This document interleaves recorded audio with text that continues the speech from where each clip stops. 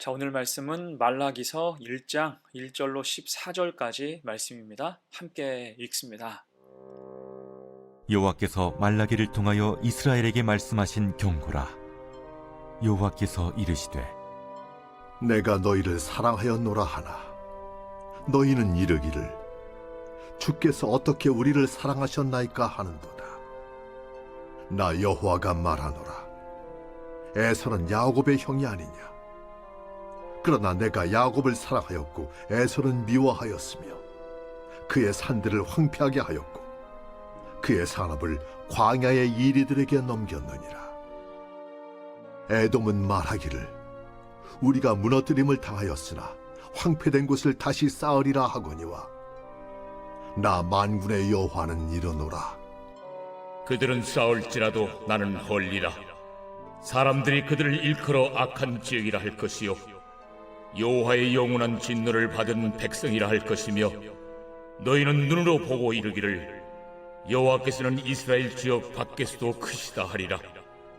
내 이름을 멸시하는 제사장들아, 나 만군의 여호와가 너희에게 이르기를 아들은 그 아버지를 종은 그 주인을 공경하나니 내가 아버지일진데 나를 공경함이 어디 있느냐. 내가 주인일진데 나를 두려워함이 어디 있느냐 하나. 너희는 이르기를 우리가 어떻게 주의 이름을 멸시하였나이까 하는도다. 너희가 더러운 떡을 나의 제단에 드리고도 말하기를 우리가 어떻게 주를 더럽게 하였나이까 하는도다.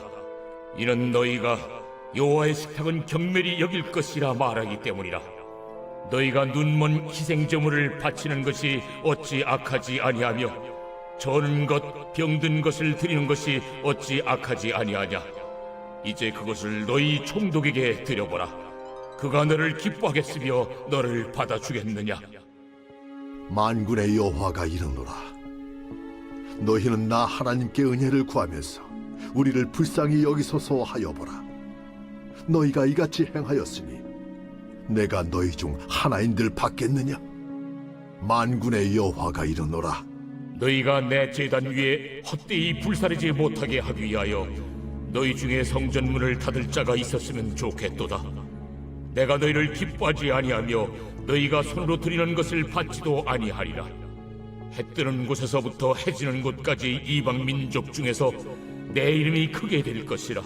각처에서 내 이름을 위하여 분향하며 깨끗한 제물을 드리리니 이는 내 이름이 이방 민족 중에서 크게 될 것임이니라. 그러나 너희는 말하기를 여호와의 식탁은 더러워졌고 그 위에 있는 과일 곧 먹을 것은 경멸히 여길 것이라 하여 내 이름을 더럽히는도다. 만군의 여호와가 이르노라. 너희가 또 말하기를 이 일이 얼마나 번거로운고 하며 코웃음치고 훔친 물건과 저는 것 병든 것을 가져왔느니라. 너희가 이같이 보험물을 가져오니 내가 그것을 너희 손에서 받겠느냐. 이는 여호와의 말이니라. 짐승 떼 가운데 수컷이 있거늘 그 소원하는 일에 흠 있는 것으로 속여 내게 드리는 자는 저주를 받으리니 나는 큰 임금이요 내 이름은 이방 민족 중에서 두려워하는 것이 됨이니라. 만군의 여호와의 말이니라. 신실하고 진실하게 라는 제목으로 말씀 증거합니다. 말라기 선지자는 포로기 이후 활동한 구약의 마지막 선지자입니다. 이때 말라기는 무너진 예루살렘 성벽을 재건한 느헤미야와 같은 시대를 살았어요.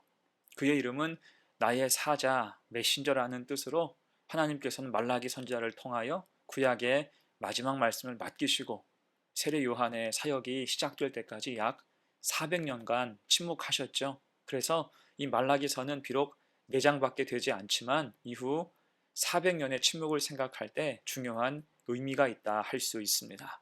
그러면 이 말씀의 배경이 무엇일까?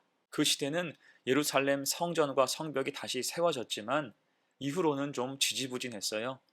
학개와 스가랴 선지자가 선포했던 하나님의 영광과 새로운 역사와는 동떨어져 있는 상황 같았습니다. 그들은 성전이 세워지면 매일매일 기적과 같은 역사로 그 땅이 급속도로 회복될 것을 기대했지요. 하지만 아직도 국가로서의 면모는 부족했고 단지 페르시아로부터 기본적인 자치권만 인정받았을 뿐 식민지로서 감당해야 하는 의무와 제약은 그대로였습니다. 또한 이방 민족과의 갈등도 여전했어요. 거기에다가 큰 기근이 찾아오면서 삶은 더욱 힘겨워졌습니다. 자, 그럴 때 이런 암울한 현실이 종교적인 실망과 함께 하나님을 향한 불신으로 이어지게 되면서 마음 다했던 예배가 소홀해지기 시작했고 이전에 행하던 악습들은 다시 자행됐습니다.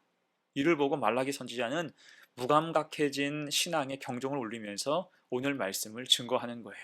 1절입니다. 여호와께서 말라기를 통하여 이스라엘에게 말씀하신 경고라.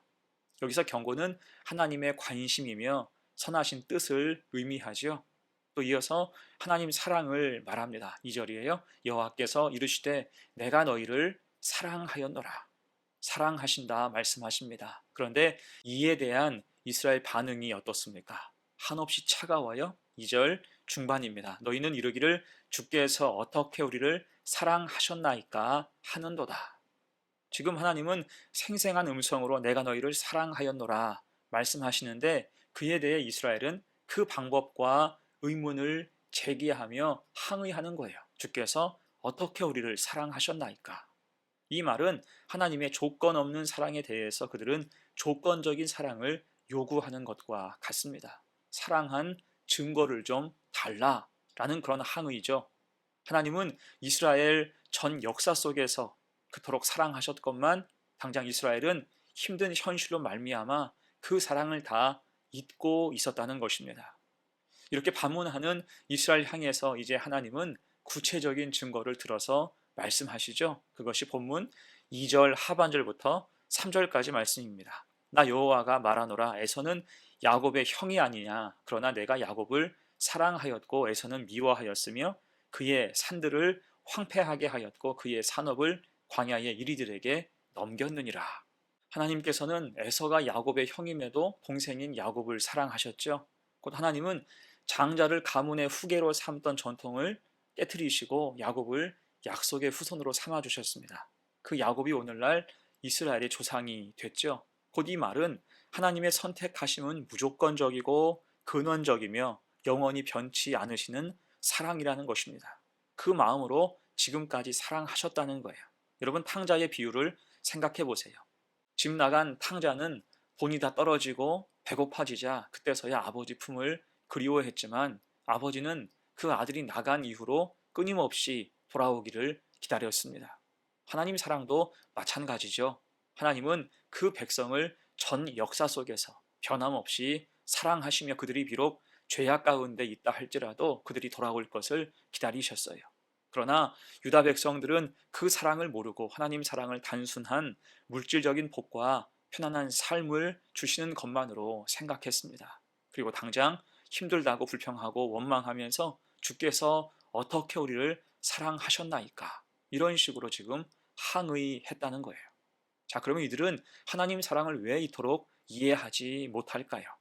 여러 이유가 있겠지만 그렇게 되도록 방조한 게 당시의 종교 지도자들의 문제였습니다. 이 오늘 본문은 6절 이하로 그들의 행태를 꼬집어서 말하고 있어요. 본문 6절입니다. 내 이름을 멸시하는 제사장들아 나 만군의 여호와가 너희에게 이르기를 아들은 그 아버지를 종은 그 주인을 공경하나니 내가 아버지일진데 나를 공경함이 어디 있느냐 내가 주인일진데 나를 두려워함이 어디 있느냐 하나 너희는 이르기를 우리가 어떻게 주의 이름을 멸시하였나이까 하는도다.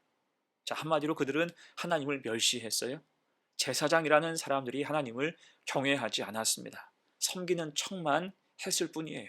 곧 그들은 하나님을 두려워하지 않았기 때문에 제대로 섬기지 않았고 하나님과 자신의 사명에 대해서 안일했으며 그 안일함이 이스라엘 신앙 근간을 무너뜨렸다는 것입니다. 이를테면 7절을 보세요. 너희가 더러운 떡을 나의 제단에 드리고도 말하기를 우리가 어떻게 주를 더럽게 하였나이까 하는도다. 이는 너희가 여호와의 식탁은 경멸히 여길 것이라 말하기 때문이라. 여러분 이 말씀은 그들의 뻔뻔함을 지적하는 말씀이에요. 기억해 보십시오. 하나님이 정하신 제사는 분명한 형식이 있었어요. 그런데 이들은 이것을 임의로 변형시켰다는 것입니다. 어려운 시절 떡을 드리는 것도 부담이 되며 하나님께 드려서 불태우는 짐승도 아깝다는 거예요. 그러니 더러운 떡을 올리고 눈먼 것, 저는 것, 병든 것을 제사 제물로 사용하면서도 뻔뻔하게 지금 항변하고 있다는 것입니다. 우리가 어떻게 주의 이름을 멸시하였나이까? 우리가 어떻게 주를 더럽게 하였나이까? 무엇이 잘못인지도 인지하지 못하고 있다는 거예요. 곧 그들은 하나님을 섬긴 게 아니라 물질과 경제 논리를 섬긴 겁니다. 그러니 그 여파로 일반 백성들의 믿음과 믿는 자의 품격이 급격히 추락하게 된 것입니다. 참 안타까운 대목이라 하지 않을 수 없습니다. 자, 이제 말씀을 마무리하면서 이렇게 신앙의 수준이 떨어진 그 백성을 향해서 말라기는 하나님 말씀을 선포하죠. 10절입니다. 만군의 여호와가 이르노라 너희가 내 제단 위에 헛되이 불사르지 못하게 하기 위하여 너희 중에 성전 문을 닫는 자가 있었으면 좋겠도다. 내가 너희를 기뻐하지 아니하며 너희가 손으로 드리는 것을 받지도 아니하리라. 그들의 헛된 예배를 기뻐하지 않으신다 분명히 말씀하고 있습니다. 또한 13절이에요. 만군의 여호와가 이르노라 너희가 또 말하기를 이 일이 얼마나 번거로운고 하며 코웃음치고 훔친 물건과 저는 것 병든 것을 가져왔느니라. 너희가 이같이 봉헌물을 가져오니 내가 그것을 너희 손에서 받겠느냐 이는 여호와의 말이니라. 아멘. 그들의 그릇된 제사와 예물 예배 하나님은 받지 않으신다는 것입니다. 여러분 신명기 6장 5절 이후로 영원히 기억해야 되는 예배자의 자세가 무엇입니까? 너는 마음을 다하고 뜻을 다하고 힘을 다하여 내 하나님 여호와를 사랑하라. 아멘. 어떤 형편과 상황이든지 마음과 뜻과 정성이 빠져 있다면 그 예배는 하나님이 받으실 만한 예배가 아닌 것입니다. 그리고 이때 마음과 뜻과 정성은 거창한 게 아니에요. 겸손히 감사하며 내 삶을 온전히 드리는 것에 있습니다. 나의 감정과 편의가 아니라 하나님의 영광을 드러내기 위해서 진심으로 예배할 때 하나님은 그 예배를 받으시고 우리 위에 하늘의 놀라우신 은혜로 함께 하신다는 것입니다. 이게 오늘 말라기의 간절한 호소를 가슴에 새기며 하나님을 바르게 예배하고 신앙과 삶의 길을 견고하게 하며 나아가는 복된 성도가 되시기를 간절히 축원합니다. 아멘. 함께 기도합니다. 은혜로우신 하나님, 우리의 예배가 우리의 감정과 상황과 환경으로 인해 요동치지 않게 하옵소서. 하나님의 영원하신 사랑을 깨달아 늘 최선을 다해서 겸손히 우리의 삶을 내어드리게 하옵소서. 우리의 간절한 예배는 아무리 작아도 작다 하지 않으시고 보잘것없는 예배라도 기쁘게 받아주심을 믿사오니 마음과 뜻과 정성을 다해서 하나님을 사랑하여 예배하는 성도가 되게 하옵소서. 그 믿음을 축복하시고 우리의 삶을 은혜로 입혀주옵소서. 감사드리며 예수님의 이름으로 기도합니다. 아멘.